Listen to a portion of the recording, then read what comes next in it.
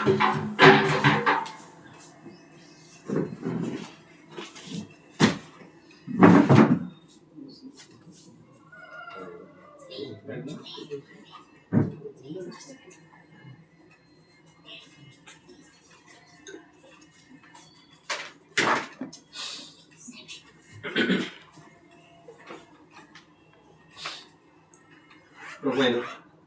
యేసుక్రీస్తు నామమునకు మహిమ ఘనత ప్రభావం కలుగును. హల్లెలూయా. వాక్యం చదువుకుందాం. మత్తయి సువార్త 21వ అధ్యాయం. మత్తయి సువార్త 21వ అధ్యాయం.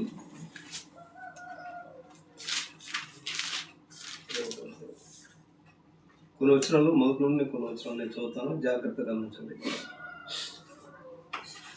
తరువాత యెరూషలేము సమీపించి ఒలీవ చెట్ల దగ్గర ఉన్న బేత్ఫగేకు వచ్చినప్పుడు యేసు తన శిష్యుల్లో ఇద్దరిని చూసి, మీ ఎదుటనున్న గ్రామమునకు వెళ్ళగానే కట్టబడిన ఒక గాడిదయు దాంతోనున్న ఒక గాడిద పిల్లయు మీకు కనబడును. వాటిని నిప్పి నా ఎదురు తోలుకొని రండి. ఎవడైనా మీతో ఏదైనా అన్నేర్లా అవి ప్రభువులకు కావలసినదని చెప్పవలను. వెంటనే అతడు వాటిని తోలిపెట్టినని చెప్పి వారిని పంపాను. ప్రవక్తలో చెప్పబడినవి నెరవేరినట్లు ఇట్లు జరిగింది. అదేమనగా, ఇదిగో నీ రాజు సాత్వికుడై గాడిదను భారవాహక పశుపిల్లైన చిన్న గాడిదను ఎక్కి నీ వద్దకు వచ్చున్నాడు. సీయోను కుమార్తెతో చెప్పుడి అన్నది. శిష్యులు వెళ్ళి యేసు తమకు ఆజ్ఞాపించే ప్రకారం చేసి ఆ గాడిదను దాని పిల్లను తోలుకొని వచ్చి వాటి మీద తమ బట్టలు వేయగా ఆయన బట్టల మీద కూర్చుండెను. జనసమూహంలోనూ అనేకులు తమ బట్టలు దారి పొడుగును పరిచరి, కొందరు చెట్ల కొమ్మలు నరికి దారి పొడుగును పరిచరి. జనసమూహంలో ఆయనకు ముందు వెలుచుండ వారిని వెనుక వచ్చుండవారును, దావీదు కుమారుని జయము, ప్రభు పేరిట వచ్చువాడు స్తుతింపబడును గాక, సర్వోన్నతమైన స్థలంలో జయము అని కేకలు వెచ్చుండ్రి. 10వ వచనం. ఆయన యెరూషలేములోనికి వచ్చినప్పుడు పట్టణమంతయు ఈయన ఎవరో అని కలవరపడిన. జనసమూహము ఈయన గల్లీలో నజరేతు వాడగు ప్రవక్త అయిన యేసు అని చెప్పిరి. ప్రార్థన చేసుకుంటాం. కృపానిధి పరిశుద్ధ దైవమైన తండ్రి, ప్రభు యేసుని పాదము స్తోత్రం. మరోసారి పరిశుద్ధ లేఖనం చదువుకోవడానికి, ధ్యానం చేసుకోవడానికి, ఈ గ్రంథం సమీపించడానికి తెరిచిన కృపకై మీకు స్తోత్రం. ప్రభా, మా జీవితంలో నాయన ఎక్కువ శాతం లోకంలో గడుపుతా ఉన్నాం. చాలా సమయం వృధా చేస్తూ ఉన్నాం. ప్రభా, కొద్ది సమయం నాయన మీరు మనం ప్రేమించిన ఆయన వాక్యం చదువుకోవడానికి మీరు ఇచ్చిన కృపకై మీకు స్తోత్రం. ఈ గ్రంథము ఈ ప్రవచన వాక్యము చదువువాడు దండడం సెలవు ఇచ్చారు నాయన. ధర్మశాస్త్రం కీర్తన కాడన్నాడు. ప్రభా, నీ ధర్మశాస్త్రం నందు ఆశ్చర్యమైన సంగతులు చూసినట్లు నా కన్నులు తెరువు అన్నాడు. దేవానికి స్తోత్రం. ఈ వాక్యం మమ్మల్ని బ్రతికింపజేసేదైనది, బాధలో నెమ్మదిని కలుగు చేసేదైన దేవానికి స్తోత్రం. మీరు మత్తయి సువార్త 4:4 చెప్పారు, మనుషుడు రొట్టె వలన మాత్రమే కాదు కానీ దేవుని నోటి నుంచి ప్రతి మాట వల్ల జీవించమని సెలవిచ్చారు. ఆ జీవింపజేసి నీ మాటల ద్వారా యువతకాల సమయంలో మమ్మల్ని అందరూ జీవింపజేయమని ప్రారంభించాను. ఈ చిన్న మందిని మీరు కనికరించండి, దీవించే మహిమ పొందమని యేసుక్రీస్తుని దివ్యనామం అడిగి విడుచు ప్రార్థన చేస్తున్నాము. ఆమేన్.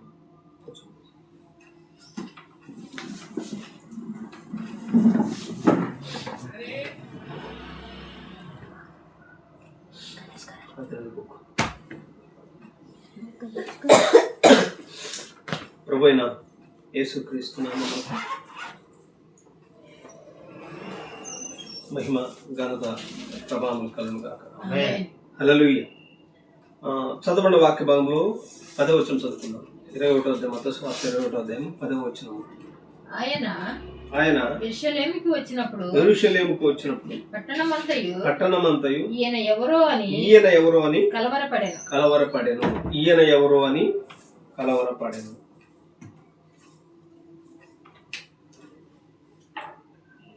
కొన్నిసార్లు మనం చెప్పుకున్నాము, హూ ఇస్ దిస్, ఈయన ఎవరు.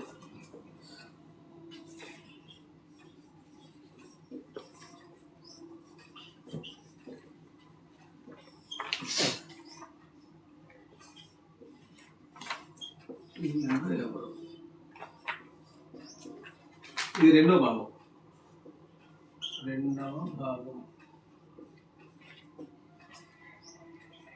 కొన్నిసార్లు మొదటి భాగం చెప్పుకున్నాం, ఈయన ఎవరు, హూ ఇస్ దిస్ అనే వర్తమానం ప్రవక్త ఇచ్చారు.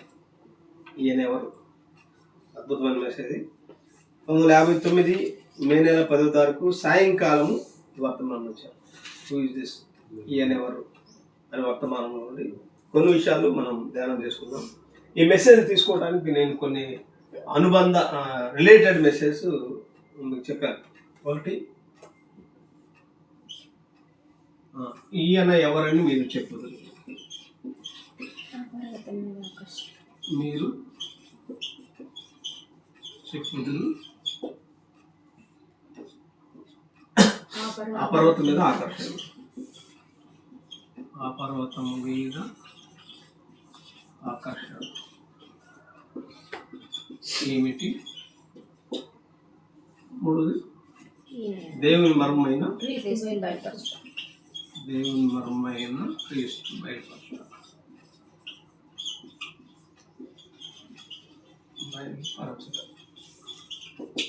అది ఈ 4 విషయాలు. 1, 2, 3.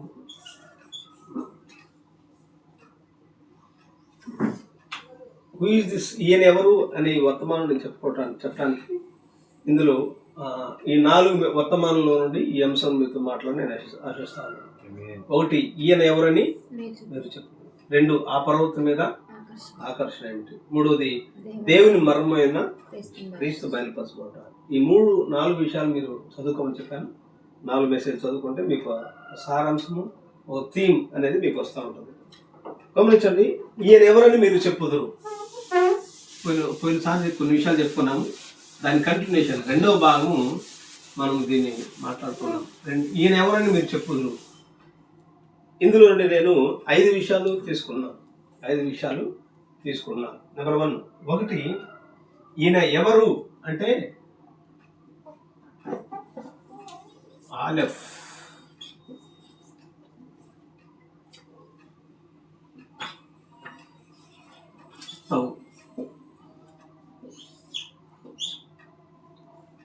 ఒకసారి ఆదికాండం 1:1 చదువుకున్నాం. ఆదికాండం 1:1.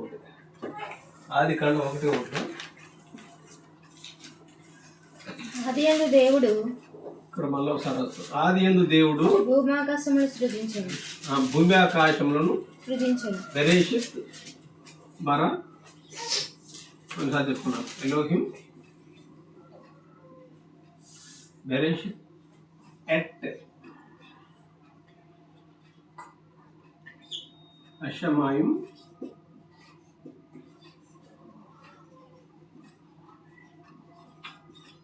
వాయత్ ఎరెట్. 7 పదముల కలయిక ఇది. కొన్నిసార్లు చెప్పుకున్నాం. ఆదికాండం 1:1 ఆదియందు దేవుడు భూమి ఆకాశం సృజించిన మాట 7 పదముల కలయిక. 1 బెరేషిత్, 2 bara, 3 ఎలోహిం, ఎట్, అషమాయిం, వాయత్, ఎరెట్. 7 పదముల కలయిక. అంతే 7 వచ్చింది కదా. 1, 2, 3, 4, 5, 6, 7 వచ్చింది. ఎందుకు నేను ఇది తీసుకున్నానంటే నా అంశంలో ఇది కొంచెం ఇందులోకి వెళ్ళాల్సి వచ్చింది. బెరేషిత్ అంటే ఆది అని అర్థం. ఆది కాండమును బెరేషిత్ అంటారు. హీబ్రూలో బెరేషిత్ అంటారు. ఇది హీబ్రూలో పదం. బరా అంటే సృజించుట అని అర్థం. ఎలోహిం అంటే దేవుని గురించిన విషయం. ఎట్ ఈ మాట కాదు, దీనికోసం నేను ఇదంతా రాయాల్సి వచ్చింది. ఎట్ దీని గురించి చెప్తాను. ఎట్ హషమాయిం అంటే ఆకాశము, వాయత్ అంటే మరియు, ఎరెట్స్ అంటే భూమి అని అర్థం. అంటే ఆదియందు దేవుడు భూమి ఆకాశం సృజించాడు. తెలుగు బైబిల్ ఏం రాశాడంటే ముందు ఆదియందు దేవుడు భూమిని ఆకాశం సృజించాడని రాశాడు. తెలుగులో భూమి కాదు ముందు ఉండాల్సింది. హషమాయిం అని ఉంటుంది. ముందు ఆకాశములు మరియు భూమి అని ఉంటుంది. ముందు ఆకాశములు, తర్వాత ఎరెట్స్ అంటే భూమిని సృజించాడు ఆయన. సరే, నేను అందులోని కలగలుసుకోలేదు. నేను తీసుకోవాల్సిన విషయం ఏంటంటే ఎట్ అనే మాట ఉంటుంది. ఈ 7 పదాల్లో ఇందులో ఎట్ అనే మాట ఉంటుంది. ఎట్ అనే పదము హీబ్రూలో హీబ్రూ భాషలో మొట్టమొదటిది అలెఫ్.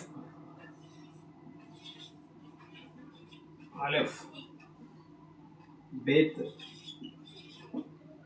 గీమెల్, దాలెత్, బేత్, గీమెల్, దాలెత్, హే, వావ్, జాయిన్,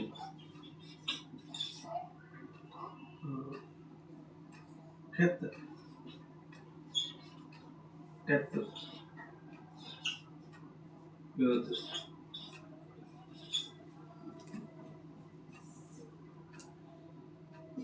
కఫ్ 119 కీర్తన చేయండి సార్.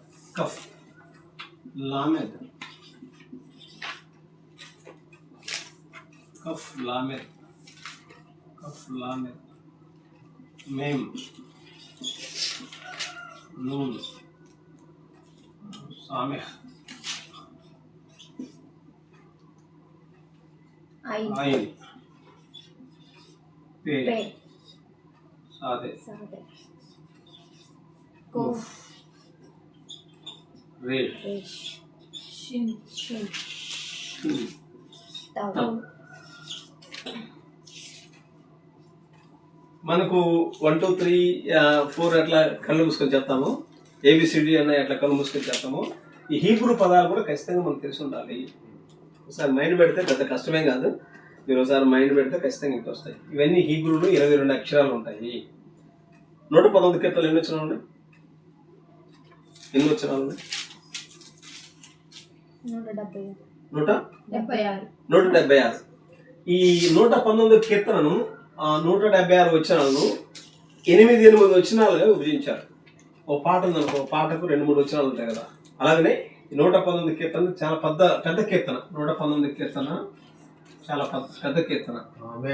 ఈ పెద్ద కీర్తనలో దాదాపు మొత్తం 22 అక్షరాలు ఉంటాయి. 22 అక్షరాలు ఇంటూ 8, 176 వచనాలు. 8 అంటే 8 వచనాలుగా ఒక భాగాన్ని పెట్టారు. 8 వచనాలు రాగానే అలిఫ్ తర్వాత బేత్ ఉంటుంది.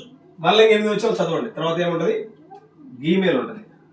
మళ్ళీ తర్వాత 8 వచనాలు వరుసగా మీరు చదివితే గీమేల్, దాలెత్, హే, వావ్, జాయిన్, కెత్, తెత్, యోద్, కఫ్, లామెద్, మేమ్, నూన్, సామె, హైన్, పే, సాదే, కోఫ్, రెష్, షిన్, తవ్. సరే, నేను ఈ విషయాలు ఎందుకు చెప్తున్నాను మాట్లాడవచ్చు.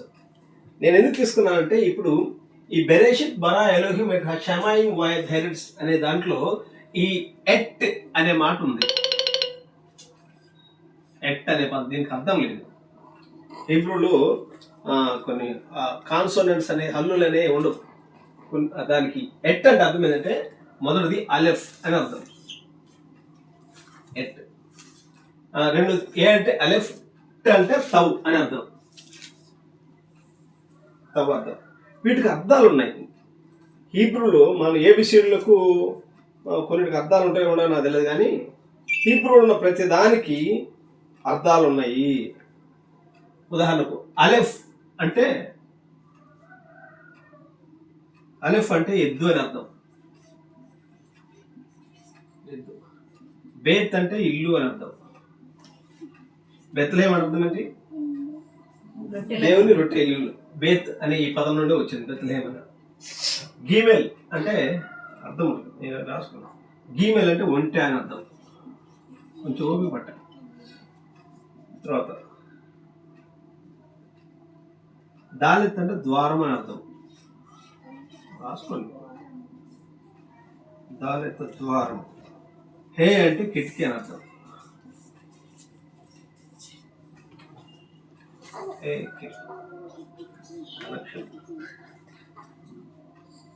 వావ్ అంటే కుక్కము, కనెక్షన్. జాయిన్ అంటే ఖడ్గం, ఆయుధం.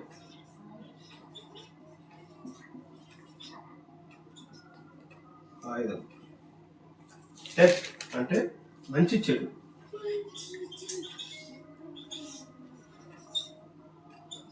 రాసుకోండి తర్వాత. యోద్ అంటే పని, వర్క్. బేత్ కదా. టెత్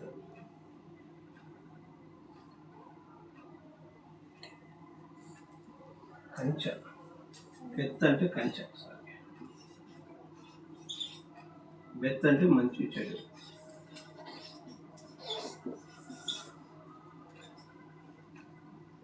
యోద్ అంటే హ్యాండ్, వర్క్, పని అని అర్థం. 10వ అక్షరం 11. కఫ్ అంటే బలము.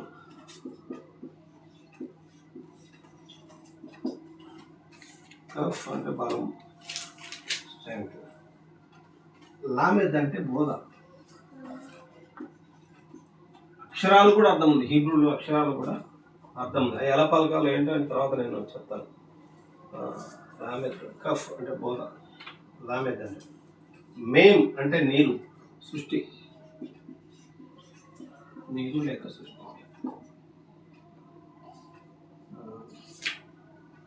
నూన్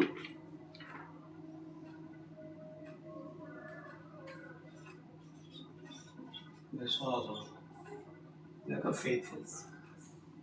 సామెహ్ సపోర్ట్, ఫౌండేషన్, పునాది. సామెహ్ అంటే పునాది. ఆయిన్ అంటే అవగాహన, అవగాహన.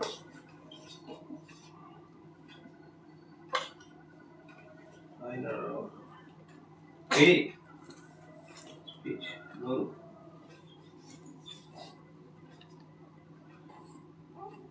సాదే నీతి.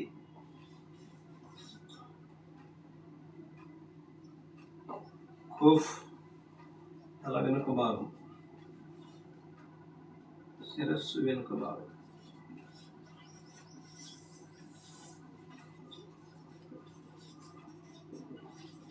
శిరస్సు వెనుక భాగం.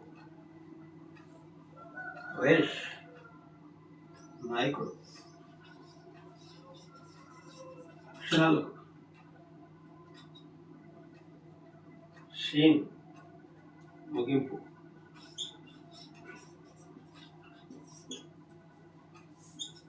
తవు అంటే సిలువ. ఇది హీబ్రూలో అక్షరాలు కూడా అర్థం ఉంది, ఒక్కొక్క అక్షరానికి కూడా అర్థం ఉంది. ఇప్పుడు ఇంగ్లీష్లో ఏబిసిడి అనుకో, ఏ అంటే ఒక, తర్వాత బి, అట్లా కొన్నిటికి అర్థాలు ఉండవు. కానీ హీబ్రూలో ప్రతి అక్షరానికి ఒక అర్థం ఉంటుంది. ఆలెఫ్ అంటే ఎద్దు అని అర్థం. హీబ్రూలో చివరి అక్షరం ఏంటంటే తవు. తవు అంటే సిలువ అని అర్థం. ఈ ఆదికాండం 1:1 బెరేషిత్ బరా ఎలోహిం ఎట్ హషమైం వాయత్ ఎరెట్స్ అనే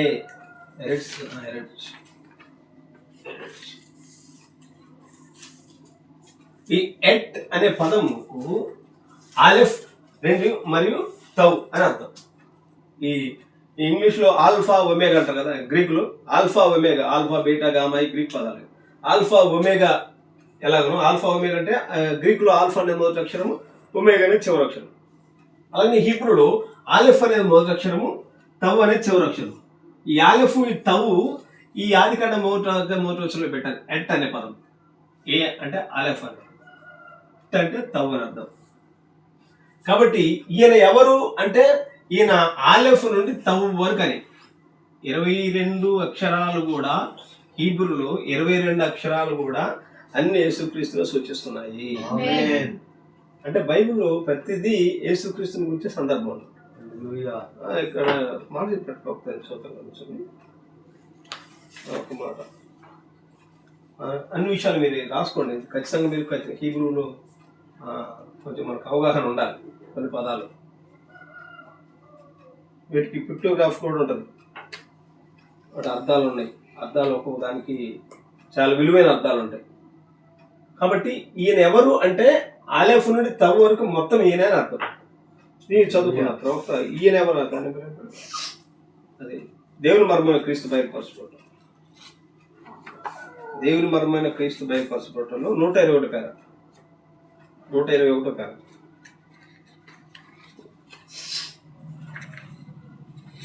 మొత్తము పరిశుద్ధ గ్రంథమునకు ఆయనే మూల అంశం. ఆయనే మూలాంశం. ఈయన ఎవరంటే పరిశుద్ధ గ్రంథానికి మొత్తం మూలం ఈయన యేసుక్రీస్తు. మొత్తం మూలం అంటే ఆలెఫ్ నుండి తవు వరకు మొత్తం ఆయన అర్థం. దేవుడు ప్రేమించి ఇచ్చిన భాష హీబ్రూ భాష, ఇశ్రాయేలును ప్రేమించి ఇచ్చిన భాష హీబ్రూ అన్నమాట. ఇప్పుడు చదవమ్మా మీరు పరిశుద్ధ గ్రంథమును చదువుచున్నప్పుడు మీరు పరిశుద్ధ గ్రంథమును చదువుతున్నప్పుడు ఒక్కొక్క వచనములో మీరు క్రీస్తును చూడలేకపోతే మరలా వాటిని మీరు చదివి చూడండి. అది బైబిల్లో ఉన్న ప్రతి మాట, ప్రతి అక్షరం వెనుక యేసుక్రీస్తు కనిపిస్తాం. అట్లా ఆయన మీరు కనుగొనలేకపోతే మరలా చదవండి అంటున్నాడు ఆయన. ఎందుకనగా ఏదో ఒక దాన్ని చూచుటకు మీరు విఫలమైరి. క్రీస్తే పరిశుద్ధ గ్రంథమై ఉన్నాడు. హల్లెలూయా. యేసుక్రీస్తు పరిశుద్ధ గ్రంథమై ఉన్నాడు. దేవుడు ఎన్ని బైబిల్ రాశాడు? 3 Bible. Very good. 1 Enoch pyramid లో ఉంచబడింది, 2 సృష్టిలో ఓ బైబిల్ ఉంచబడింది, 3వది మన చేతుల్లో బైబిల్. ఇవి అక్షరార్థమైన బైబిల్. అయితే ప్రవక్త అన్నాడు ఆయన యేసుక్రీస్తే పరిశుద్ధ గ్రంథమై ఉన్నాడు. అంటే యేసుక్రీస్తు ఎవరంటే ఆయన నడిచే గ్రంథం. శాస్త్ర పరిశీలన సద్దుకెళ్ళకేమో అక్షరార్థమైన గ్రంథం తెలుసు, ధర్మశాస్త్ర గ్రంథం తెలుసు. కానీ ధర్మశాస్త్ర గ్రంథంలో నుండి ఒక మర్మయుక్తమైన గ్రంథం భూమి మీదకి వచ్చింది. ఆ మర్మయుక్తమైన గ్రంథానికి 2 కాళ్ళు ఉన్నాయి, 2 చేతులు ఉన్నాయి, కళ్ళు ఉన్నాయి, ముక్కు ఉన్నది. మానవ శరీరం ధరించుకొని భూమి మీద నడుచుకుంటూ వచ్చింది ఆ గ్రంథం. శాస్త్ర పరిశీలన చదువుకోరికి ఏం తెలుసు అంటే ధర్మశాస్త్ర గ్రంథం తెలుసు. హీబ్రూలో ఏముందో తెలుసు, గ్రీకులో ఏముందో తెలుసు, ఆ భాషా పదం తెలుసు, ఈ పాటలో ఏముందో తెలుసు, ధర్మశాస్త్రంలో ఏముందో తెలుసు. కానీ ఆ ధర్మశాస్త్ర గ్రంథంలో వచ్చిన మానవ శరీరంలో ప్రత్యక్షమైన యేసుక్రీస్తు వాళ్ళకి అర్థం కాలేదు. కాబట్టి యేసుక్రీస్తు ఆయనే గ్రంథం అయినాడు. చదవాలి. ఆయనే క్రీస్తే పరిశుద్ధ గ్రంథమై ఉన్నాడు. ఇవన్నీ రాసుకున్నాం. ఆయనే వాక్యము ఆదియందు దేవుడు సృజించెను అని మీరు చదివినప్పుడు అచ్చట మీరు క్రీస్తును చూడవచ్చు. అర్థమైనదా? ఈ బెరేషత్ బరాయలోహి మెటాషమయం వాయత ఎనర్జీ అని చదివితే అందులో కూడా మీరు క్రీస్తును చూడగలరు. ప్రకటన గ్రంథం చివరి అధ్యాయం చివరి వచనం వరకు యేసుక్రీస్తును చూడగలరు. ఎందుకంటే ఆయన వాక్యం అయినాడు. ప్రతి వాక్యం వెనుక, ప్రతి అక్షరం వెనుక యేసుక్రీస్తే. హల్లెలూయా. చదవాలి. అచ్చటి నుండి ప్రకటన గ్రంథంలో వెరీ గుడ్. ప్రకటన గ్రంథంలో ఆమేన్ అన్న మాట వరకు ఒక్కొక్క వాక్యము క్రీస్తును గురించి సాక్ష్యమిచ్చున్నది. ఈయనెవరు? పరిశుద్ధ గ్రంథములకు మెయిన్ గ్రంథ ది సెంటర్ థీమ్ అన్నమాట. ఆయన ప్రధానమైన కేంద్ర బిందు ఎవరంటే యేసుక్రీస్తు. అంటే ఆయన ఆలెఫ్ నుండి తవ్ వరకు మొత్తం ఆయనే అర్థం. బైబిల్లో ప్రతి వచనము, ప్రతి లేఖనము, ప్రతి అక్షరం వెనుక ప్రభు యేసుక్రీస్తు దాగి ఉన్నాడు. అది ఆయన అంటే.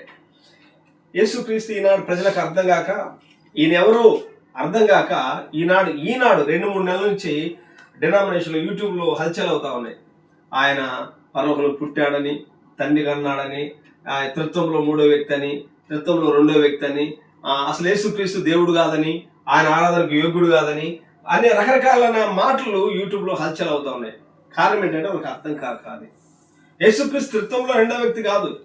కొలస్సీలకు రాసిన పత్రిక 2వ అధ్యాయం 9వ వచనం. కొలస్సీలకు రాసిన పత్రిక 2వ అధ్యాయం 9వ వచనం.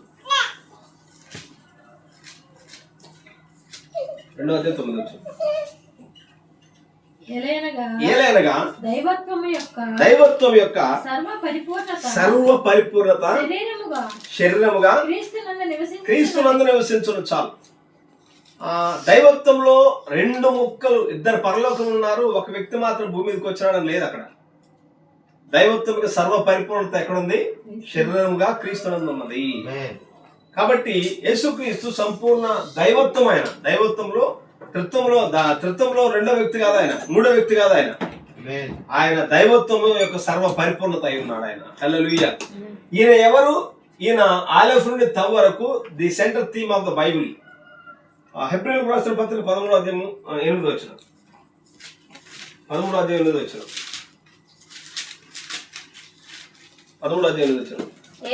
యేసుక్రీస్తు నిన్న నేడు ఒకటే రీతిగా ఉన్నాడు. ఇంగ్లీష్ ఏం రాబడిందంటే Jesus Christ is the same yesterday, today and forever అని ఉంది.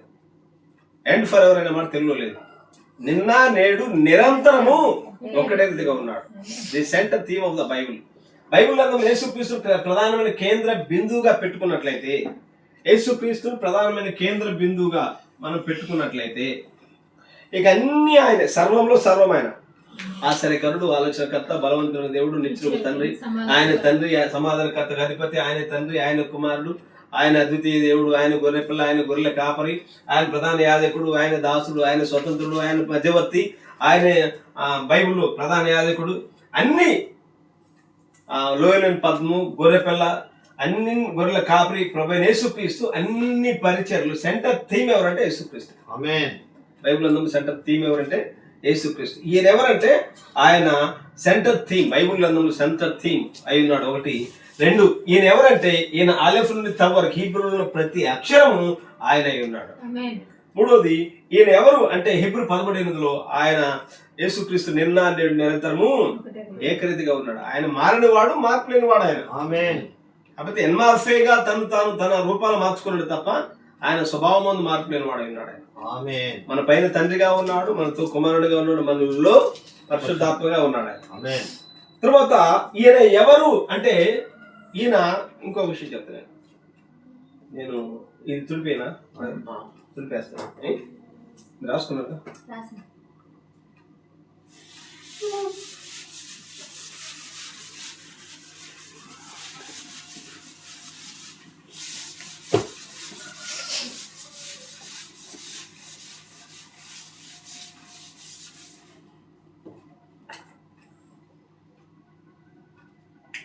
ఒకటి, ఈయన ఎవరు అంటే సెంటర్ థీమ్, కేంద్ర బిందు, బైబిల్ కేంద్ర బిందు, యేసుక్రీస్తు కేంద్ర బిందు, బైబిల్ నందు కేంద్ర బిందు. మూడోది, ఈయన ఎవరు అంటే హెబ్రీ 13:8 యేసుక్రీస్తు నిన్న నేడు నిరంతరం ఏకరీతిగా ఉన్నాడు. నాలుగోది, 5 విషయాలు చెప్తాను కదా. నాలుగోది, ఒకసారి దేవుని మర్మమైన క్రీస్తు బయలుపరచబడ్డ. ఈయన ఎవరంటే దేవుని మర్మమైన క్రీస్తు బయలుపరచబడ్డ. దేవుని మర్మమైన క్రీస్తు. ఈయన ఎవరంటే నాలుగోది, దేవుని మర్మమైన క్రీస్తు బయలుపరచబడ్డ. ఈయన ఎవరు? ఈయన ఒకటి ఆలెఫ్ నుండి తవ్. రెండోది, ఈయన ఎవరంటే సెంటర్ థీమ్, కేంద్ర బిందువు. మూడోది, ఈయన ఎవరంటే హెబ్రీ 13:8 నిన్న నేడు నిరంతరం ఏకరీతి అన్నాడు. నాలుగోది, ఈయన ఎవరంటే దేవుని మర్మమైన క్రీస్తు. ఒకసారి చదువుకుందాం, ఆ మెసేజ్లోకి వెళ్దాం. ఒకసారి దేవుని మర్మమైన క్రీస్తులోనికి ఒకసారి వెళ్దాం.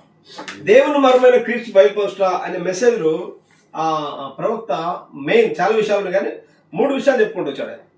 ఒకటి, దేవుని మర్మమైన 154 పెద్ద 155 చదువు. 154.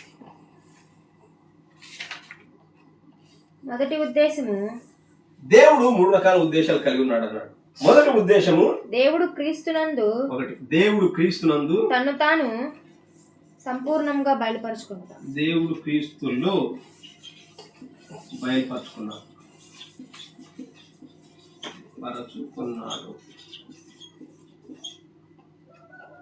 నెక్స్ట్ రెండవ ఉద్దేశము, దీని ద్వారా తన శరీరమగు తన సంగమున అనగా పెండ్లి కుమార్తెలో ప్రధాన స్థానమును వహించుట. రెండోది, వధువులో బయలుపరుచుకున్నాడు. దేవుడు వధువులో బయలుపరుచుకున్నాడు. మూడవ ఉద్దేశం, మొదటి ఆదాము యొక్క పాపం ద్వారా పతనమైపోయిన రాజ్యమును తిరిగి దాని యొక్క సరైన స్థానంలోనికి తీసుకుని వచ్చి, అనగా చల్లని సాయంకాల వేళ నడుచుకుంటూ తన జనులతో మాట్లాడుచు సహవాసము చేసి ఆ స్థానముకు మరలా తీసుకుని వచ్చు. ఆ మెసేజ్ 3 విషయాలు చెప్పుకుంటారు. దేవుని మర్మమైన క్రీస్తు బయలుపరచుకుంటారు వర్తమానంలో. ఒకటి, దేవుడు క్రీస్తులో తను తాను బయలుపరచుకున్నాడు. దేవుడు క్రీస్తులో తను తాను బయలుపరచుకున్నాడు. దేవుడు అంటే ప్రజలు అనుకుంటున్నారు ఒక మనిషిని కాదు, ఒక వ్యక్తిని కాదు. ప్రజలకు అర్థం కాక ఆ తండ్రి అయిన దేవుడు, కుమారుడైన దేవుడు, పరిశుద్ధాత్మ దేవుడు ఉన్నాడు, 3 ఉన్నారు పరలోకంలో, 3 కూర్చున్నారు, 3 మాట్లాడుకుంటున్నారు అంటున్నారు. 3 అంటే వ్యక్తిత్వాలు కాదు. దేవుడు అంటే ఒక సూర్యుడిని మనం చూడలేం కదా. అటువంటి సూర్యులు కొన్ని వందల కోట్ల కోట్ల కోట్ల సూర్యులు కలిస్తే ఎంత తేజస్సు ఉంటుందో అంతకంటే మహిమాస్వరూపం దేవుడు అంటే. మరి అటువంటి మహిమాస్వరూపం కలిగి దేవుని ఏ కుర్చీలో కూర్చోబెట్టగలం? ఆయన పౌలు అన్నాడు, దేవదూతలు కూడా సమీపింపరాన్ని తేజస్సు ఆయన. అంటే ఎవరు సమీపింపరాన్ని తేజస్సు అన్నాడు. మొదటి తిమోతి పత్రిక 6:16.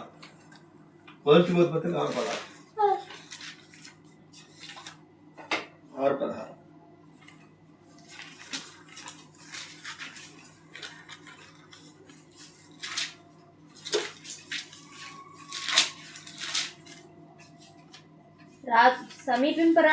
సమీపింపరాని తేజస్సులో ఆయన మాత్రమే వసించుచు అమరత్వము కలిగిన వాడున్నాడు. అది దేవుడు.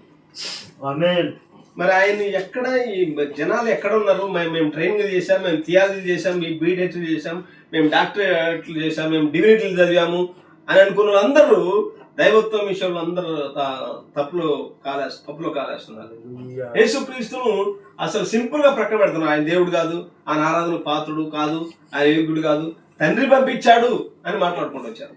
అర్థం కావట్లేదు ప్రజలకు, దైవత్వం గురించిన విషయం అర్థం కావట్లేదు. దేవుడు మానవుడు భూమి మీదకి వచ్చాడు. మరోసారి చెప్తున్నా, చాలాసార్లు చెప్పాను, కరెంటును మనం పట్టుకోలేదు కదా, కరెంటును పట్టుకోవటానికి దాని మీద ఇన్సులేషన్ వైర్ చిన్న లోపల ఏముంటుంది అంటే దేవుడు హై వోల్టేజ్ పవర్, పాత హై వోల్టేజ్ పవర్ లో ఎవరు టచ్ లేదు. ఒక సీనాయి పర్వతం మీద దిగి వచ్చినప్పుడు ఒక గేదె దాన్ని తాకిన చనిపోయింది. అంత హై వోల్టేజ్ పవర్. ఆ హై వోల్టేజ్ పవర్ కలిగిన దేవుడు తను మరుగు చేసుకొని యేసుక్రీస్తు అనే మానవ గుడారం తెలుసుకున్నాడు. ఈ యేసుక్రీస్తు అనే మానవ గుడారమే ఒక వైరు. లోపల ఏముందంటే దైవత్వం ఉంది, వెలుగు ఉంది, అతీతమైన వెలుగు ఉంది, సుప్రీం. ఈ శరీరం ఏమో మానవుడు, ఈ లోపల పవర్ ఏమో దేవుడు. ఈ మానవుడే కుమారుడు, ఈ దేవుడే తండ్రి. అంటే ఆయనే మానవత్వం, ఆయనలో దైవత్వం రెండు. తండ్రి పరలోకం ఉందలేడు. ప్రభున్నాడు 10:38 వచ్చినప్పుడు తండ్రి నా యందు ఉన్నాడు అన్నాడు. తండ్రి ప్రజలు అర్థం కాక తండ్రి ఆకాశం మీద కుర్చీలో ముసలాన్ని గడ్డం పెట్టుకొని కూర్చున్నాడేమో అని అనుకున్నా. కాదు. ఆ తండ్రి ఎక్కడున్నాడంటే యేసుక్రీస్తులోనే ఉన్నాడు. తండ్రి నా యందు ఉన్నాడు అన్నాడు. అందుకని ఆయన సంపూర్ణ మానవుడు, సంపూర్ణ దేవుడు, సంపూర్ణ మానవుడు. చనిపోయినప్పుడు కేవలం శిలువలో యేసు ప్రభు మానవత్వం చనిపోయింది కానీ దైవత్వం చనిపోలేదు. అందుకని శిలువలో అన్నాడు ఆయన, నా దేవా నన్నేలా చేయి విడిచి. అంటే అర్థం ఏంటంటే ఈ శరీరము ఆయనలో ఉన్న దైవత్వాన్ని గురించి అరుస్తా ఉంది. ఆయనలో ఉన్న, అంటే గాడ్ హెస్ లెఫ్ట్ హిమ్. ఆ శిలువలో చనిపోయేటప్పుడు ఆయన ఉన్న దైవత్వం అనే భాగం ప్రక్కెళ్ళింది, కేవలం మానవత్వమే చనిపోయింది. మానవత్వమే చనిపోయింది. కాబట్టి దేవుని మర్మమైన క్రీస్తు. ఈయన ఎవరంటే దేవుని మర్మమైన క్రీస్తు. అంటే దేవుడు క్రీస్తులో తను బయలుపరుచుకున్నాడు. కంప్లీట్ గా దేవుడే క్రీస్తులో ఉన్నాడు అని అర్థం.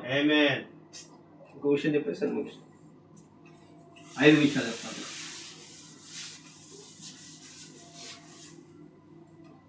ఐదో విషయం, ఈయనెవరు అంటే ఈయన పరిశుద్ధాత్మ. పరిశుద్ధాత్మ.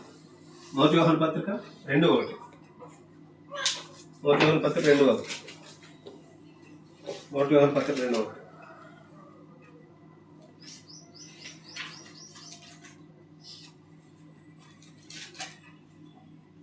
మొదటి యోహాను పత్రిక 2:1. నా చిన్న పిల్లలారా, మీరు పాపం చేయకుండుటకై ఈ సంగతులను మీకు రాయిచున్నాను. ఎవడైనను పాపం చేసిన ఎడల నీతిమంతుడైన యేసుక్రీస్తు అను ఉత్తరవాది, అడ్వకేట్ అని ఇంగ్లీష్, ఉత్తరవాది తండ్రి యొద్ద మనకు ఉన్నాడు. యేసుక్రీస్తే ఉత్తరవాది. మరి ఉత్తరవాది ఎవరు? యోహాను సువార్త 14:26. యోహాను సువార్త 14:26. యోహాను సువార్త 14:26.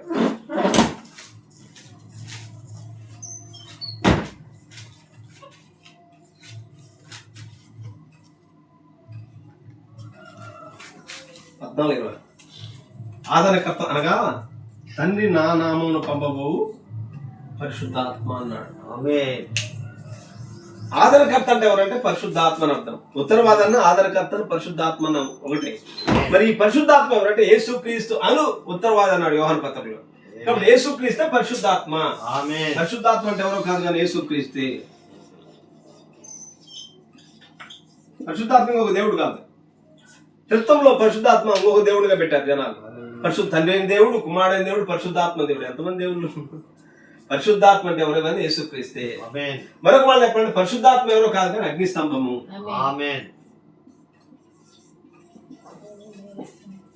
అగ్నిస్తంభం. యోహాను సువార్త 16వ అధ్యాయం 28వ వచనం. 16వ అధ్యాయం 28వ వచనం. 16వ అధ్యాయం 28వ వచనం. నేను తండ్రి యొద్ద నుండి బయలుదేరి లోకమునకు వచ్చి ఉన్నాను మరియు లోకమును విడిచి తండ్రి యొద్దకు విడిచి తండ్రి యొద్దకు వెళుచున్నానని వారితో చెప్పాను. చాలు. ఎక్కడి నుంచి వచ్చాడు ఆయన? తండ్రి యొద్ద నుండి వచ్చాడు. మళ్ళీ ఎక్కడికి వెళ్తున్నాడు? తండ్రి యొద్దకు వెళ్తున్నాడు. తండ్రి యొద్దకు వెళ్తా అని చెప్పిన దేవుడు శరీరధారిగా ఉన్నప్పుడు చెప్పిన మాట, చనిపోకముందు చెప్పిన మాట. తండ్రి యొద్దకు వెళ్తా అని చెప్పిన దేవుడు యేసు ప్రభు ఎక్కడికి వెళ్ళాడంటే యోహాను సువార్త లోక సువార్త 24వ అధ్యాయం 24వ అధ్యాయం 24వ అధ్యాయం 24వ అధ్యాయంలో 24 వచ్చింది.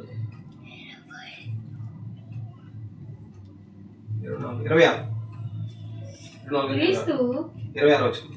క్రీస్తు ఇలాగ శ్రమపడి తన మహిమలో ప్రవేశించుట అగత్యము కాదా? రైట్. ఇలా శ్రమపడి చనిపోయి పునరుద్ధరణ లేచి ఎక్కడ ప్రవేశించాడు? తన మహిమలో ప్రవేశించాడు. తండ్రి యొద్దకు వెళ్తా అని చెప్పిన యేసు ప్రభు ఎక్కడికి వెళ్ళాడంటే మహిమలోకి వెళ్ళాడు అని అర్థం. అంటే మహిమనే తండ్రి అని పలికాడు ఆయన మనలోకి. తండ్రి మహిమ అంటే అగ్నిస్తంభం అని అర్థం. మహిమ అంటే ఈ సూర్యుని కనపడే మహిమ కాదు. మహిమ అంటే అగ్నిస్తంభం. కాబట్టి ఇక్కడ ఏం చెప్పాడు యేసు ప్రభు? నేను తండ్రి యొద్ద నుండి వచ్చాను అంటే శరీరాన్ని ధరించుకొని రాకమునుపు ఆయన ఏమై ఉన్నాడు? అగ్నిస్తంభం అయి ఉన్నాడు. శరీరాన్ని ధరించుకొని రాకమునుపు అగ్నిస్తంభం. ఈ అగ్నిస్తంభంని థియోఫనీ అన్నారు. థియోఫనీ. ఈ థియోఫనీ వాక్యం. ఈ వాక్యమే యెహోవా.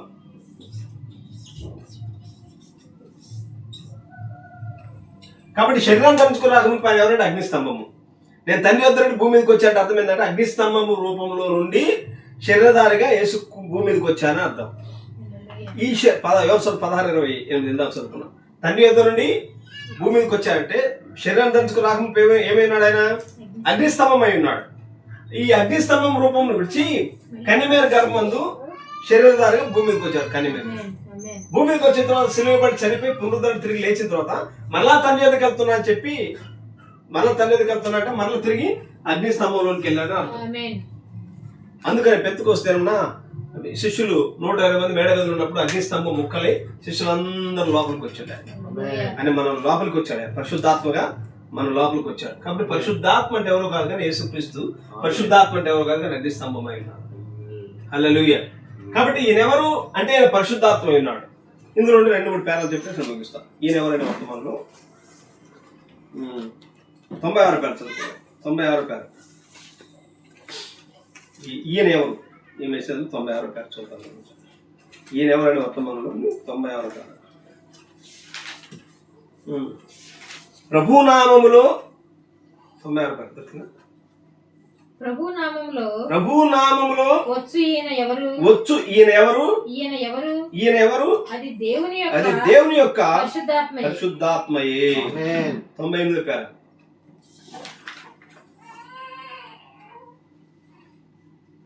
ఈయన ఎవరు?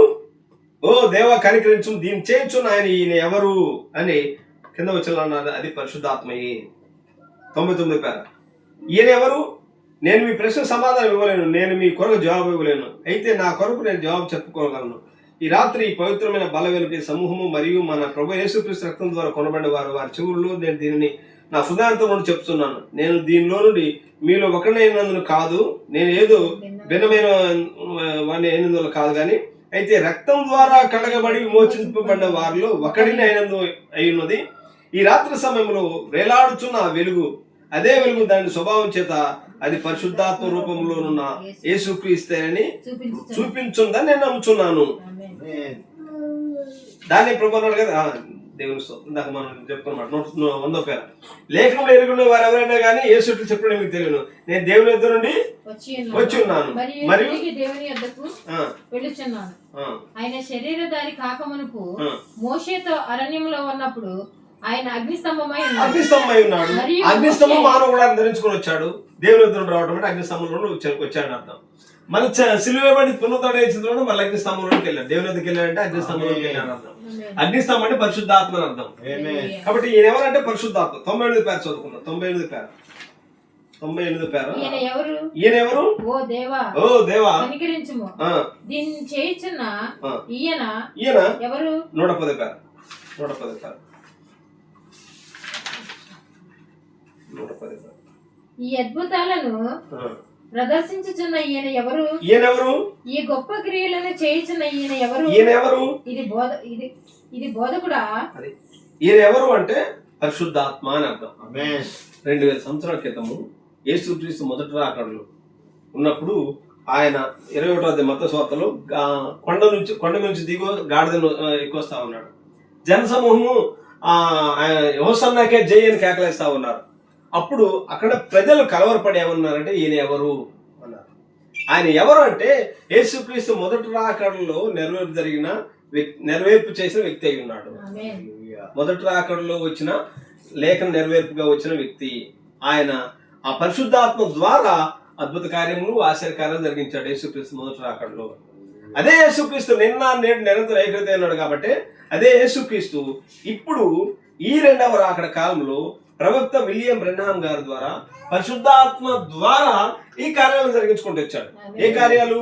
82 పేర్లు. దక్షిణాఫ్రికాలో ఒక కాలు మరో కాలు కన్నా 6 లేక 8 అంగుళాలు ఉన్నది ఆమెను స్వస్థపరిచాడు. తర్వాత డర్బన్ లో ఒక కాలు ఇంకొక దానికన్నా 6 అంగుళాలు పొట్టిగా ఉంది, ప్రార్థన చేస్తే స్వస్థత జరిగింది. 86 పేర్లు వెన్నుపూస విరిగిన ఒక యవనురాలు ప్రార్థన చేస్తే స్వస్థపడింది.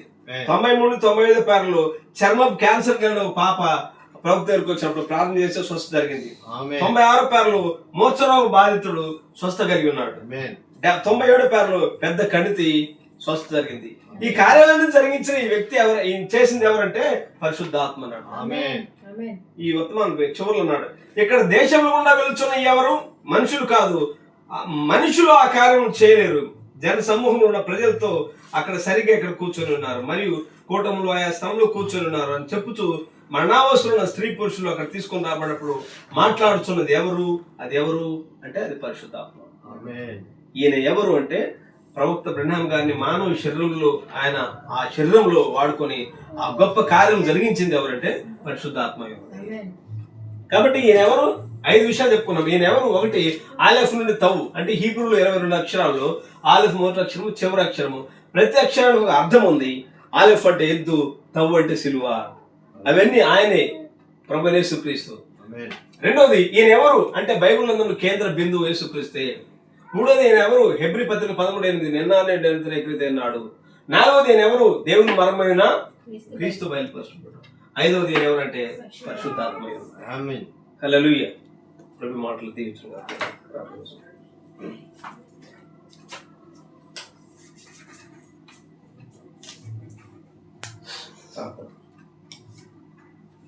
బలవంతుడు నా యేసయ్యా మహాదేవుడు.